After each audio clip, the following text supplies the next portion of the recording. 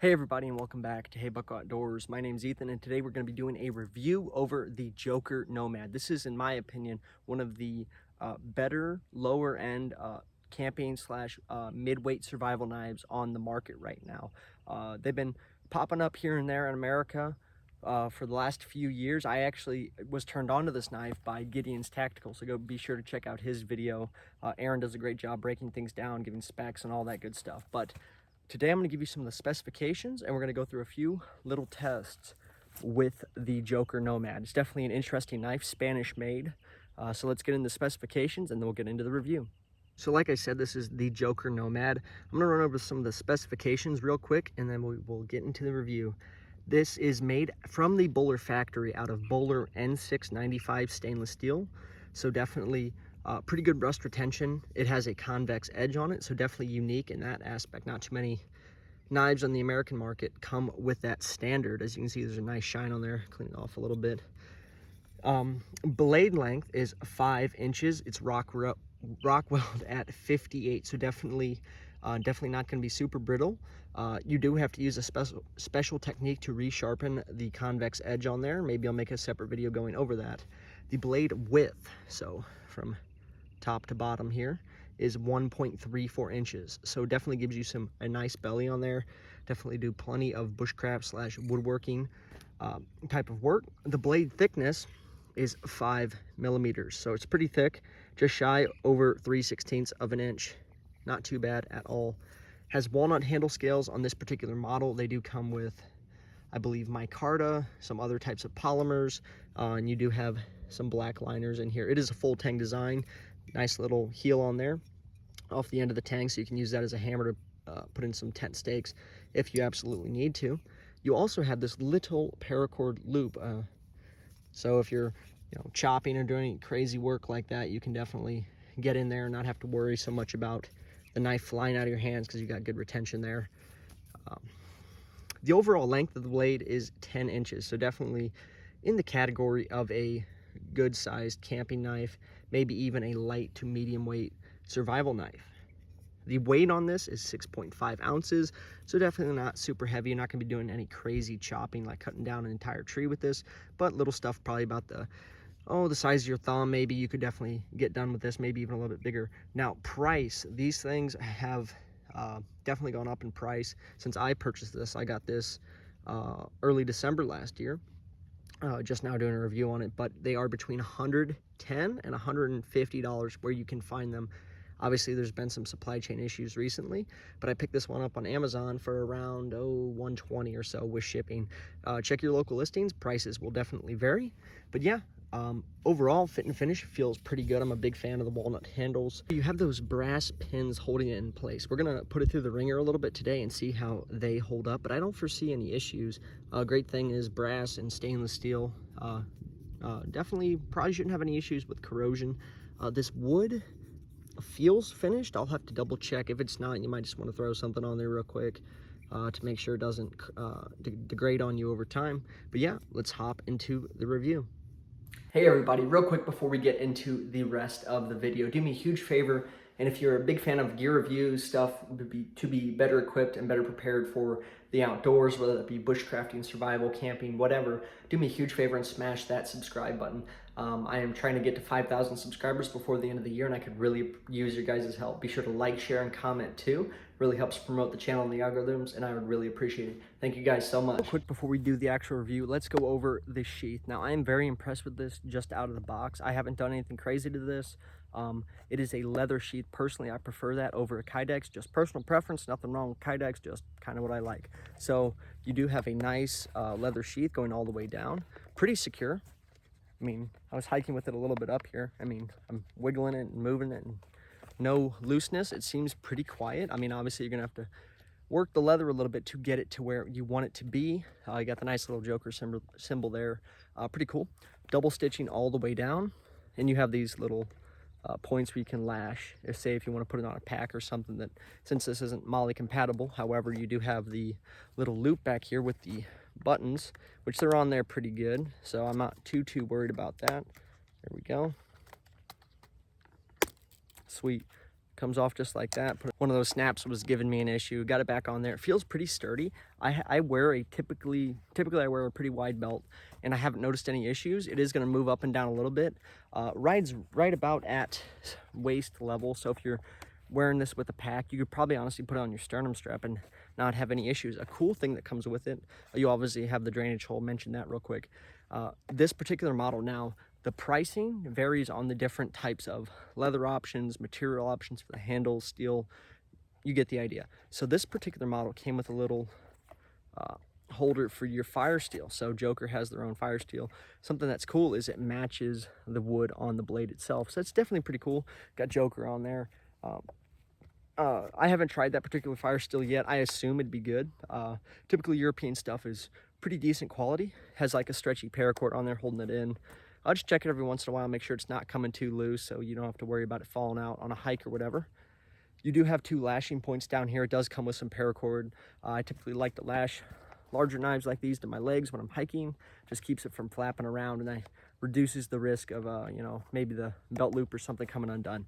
Let's hop into the review. We are going to start with paracord. Cordage cutting is obviously a very important skill that every tool in the outdoors needs to be able to accomplish. Just some basic 550 paracord.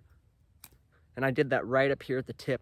Hardly any pressure. That convex edge, the blade geometry on that is really good.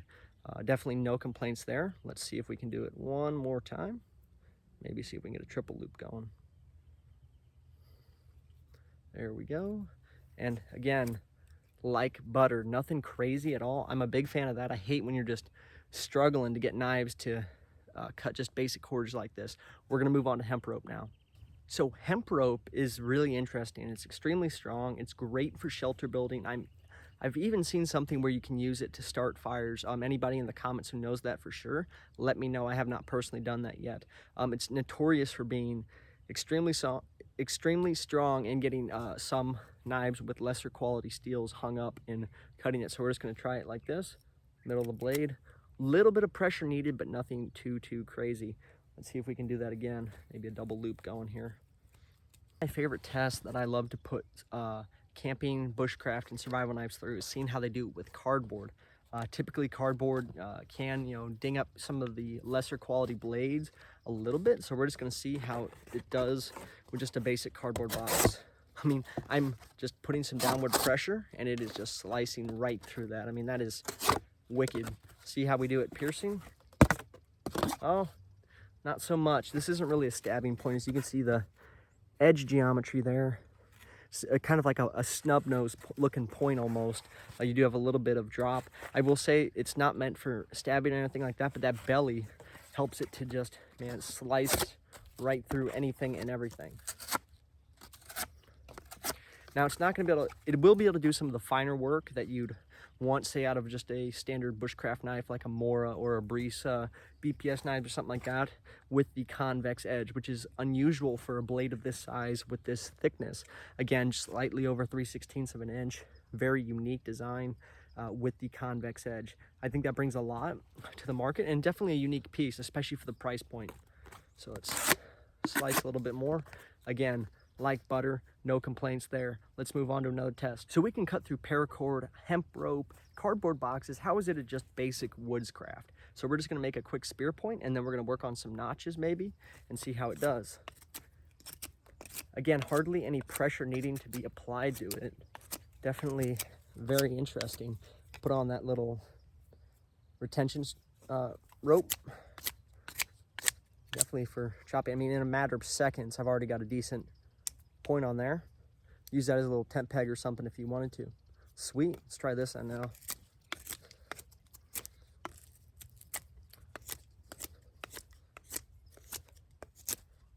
I will say the sun's coming up right now. It's early morning here in Southern California. The darn stainless steel is flashing me in the face, so I'm having to watch the angle I do it at so I don't get blinded.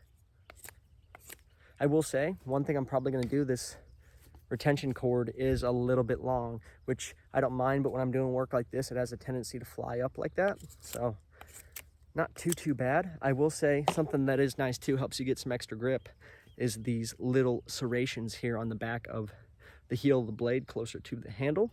I'm not noticing any hot spots yet. That little finger indent there right towards the hilt is nice. I don't feel like my hand's going to slip up at all. Definitely very good. Wood is a decent texture to it. I don't know if it's finished. From the texture, I'd say it's probably not. Again, you can correct me in the comments if I'm wrong, but good texture. I don't feel like I'm going to slip off like I said, and just feels like a really well-built knife. Let's see if we can make a couple notches or maybe do something else with this and see how it does. So I'm going to try to make a basic feather stick. This is a pretty large piece of wood, so bear with me. But I will say the geometry on that convex edge makes it pretty handy with having to do finer work like this. As you can see, it's faring pretty well. This is some pretty dense wood, so not bad at all. Yeah, I definitely don't think you're going to have any issues making feather sticks, fuzz sticks, whatever you want to call them. Pretty interesting.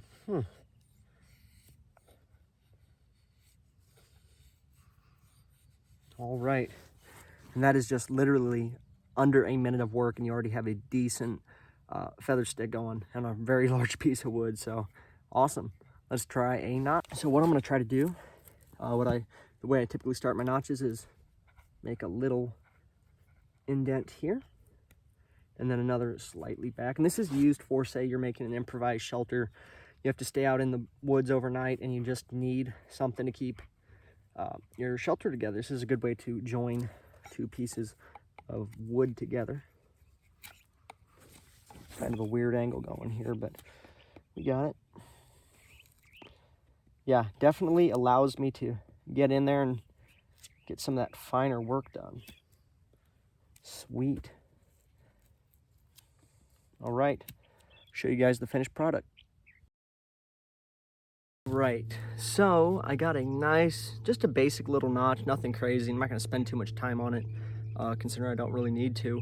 But yeah, the blade did really well. I will say, you probably wanna do a bigger notch than this, because what I was noticing is when you're getting in there, that angle, just to level off that surface in between the edges, definitely it's a little bit more difficult with a knife this size, especially with how big the belly is on this.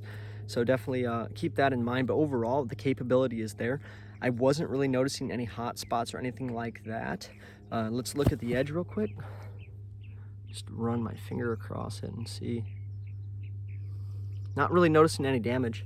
That's a great thing about a convex edge. They're very, very durable, but when they do get damaged, they do require some pretty significant work to fix. I mean, obviously it's nothing extreme. You can do it at home with just a whetstone.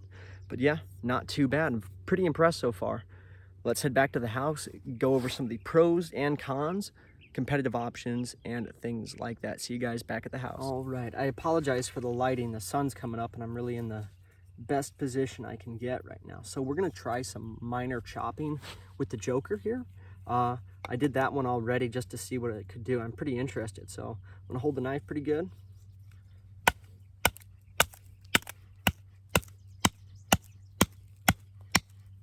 So quick note, yeah, definitely gonna have to tighten that up, that little retention strap, because that's like flying up here and I don't wanna lose control of the blade.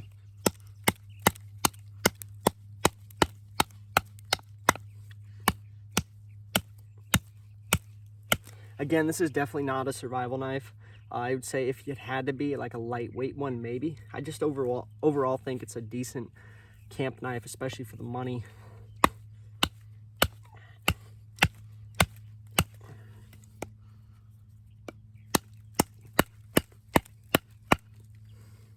As you can see, that was so loose that it swung up and the blade cut right through it. So, oh well, just make another one when I get home.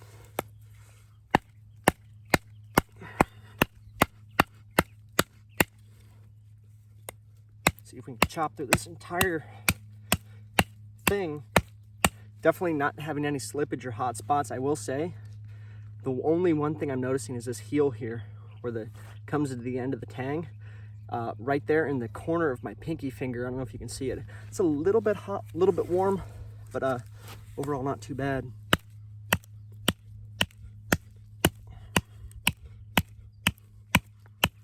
Again, this is probably as much as you'd want to do in, say, of the way of chopping, but honestly, it can be done. Boom. Awesome, sweet. So the capability is definitely there. Back to the rest of the video.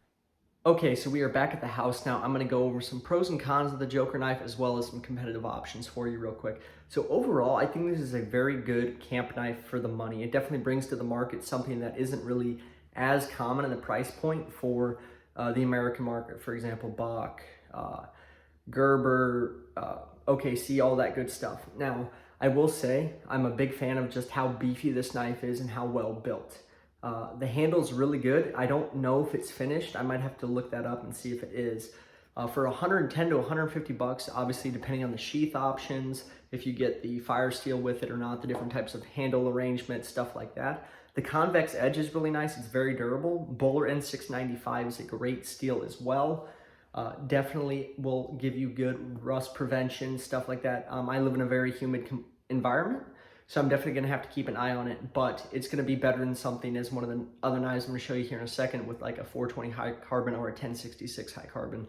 So let's move on to some competitive options, and then I'll give you some cons and then we'll wrap the video up. So this is like the creme de la creme of this particular knife, but the base model is around 80 bucks, the Buck 119 Special. This is a custom job I had done for a Christmas gift not too long ago.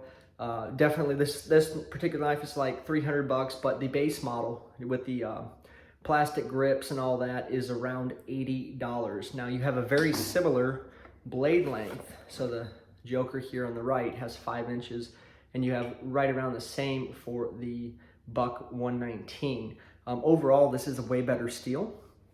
420 high carbon is very good. It has very good edge retention. However, it does get damaged and you will have to resharpen it quite a bit more. So that's one of the competitive options in the market. I'm a big fan of this knife. I would definitely recommend it. I think the Joker, though, adds some stuff and some better qualities that you may not get with this particular knife.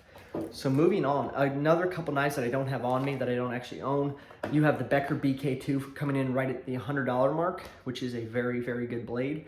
I've never owned one, I've just seen good reviews, along with the SE6 for around the $150 to $170 range. Great survival knife. That was like the standard for a long time. Something else though that has come to the American market in the last, I'd say 5 years, that's a little bit unique. This is actually only around 50 bucks, is the BPS knives. This particular model, I don't know the model name on this one, I'll have to look it up, but it's a Ukrainian bushcraft knife. It's in the same category almost as the Joker. You do have a very similar blade profile. This is more of a, has a more of a point to it. This is more of like a stub nose design. This one is a high or a low Scandi grind, I believe. Yeah, low Scandi grind compared to the convex edge. Scandi grinds are really good. They're probably one of the best for overall bushcraft and woodscraft. This one also has an unfinished wood handle. I'll be making a review over this one in the future, so you'll have to keep an eye out for that. Leather sheath, fire steel, only around 50 bucks. I picked this one up used on Amazon. It was like new for like $38. So definitely a contender. I've never really used this out in a field environment yet, so I can't attest to the quality. So some of the cons that I was noticing. The convex edge on the Joker Nomad is great. It's gonna have great edge retention. It's gonna hold up really well. But if you get a fold or a ding in the blade, that's gonna be a real pain in the butt to have to get out of there. Now, I can make a video on how to do that. There's a special technique. You can use like just a normal sharpening stone to get that done. But yeah, besides that, the only other con I can think of is this, where the heel knife is right here down towards the end of the tang. I was noticing when I was doing some chopping, it was giving me a little bit of a warm spot right in the bend of my pinky finger here, which isn't too big of a problem. Definitely, is what it is. Overall though, it's a pretty decent blade. Hopefully you guys enjoyed today's video. If you want to see more content with this, maybe I'll pick up another one of these and do like a torture test or something. Let me know in the comments below. Thank you guys so much for watching, and please have a fantastic day.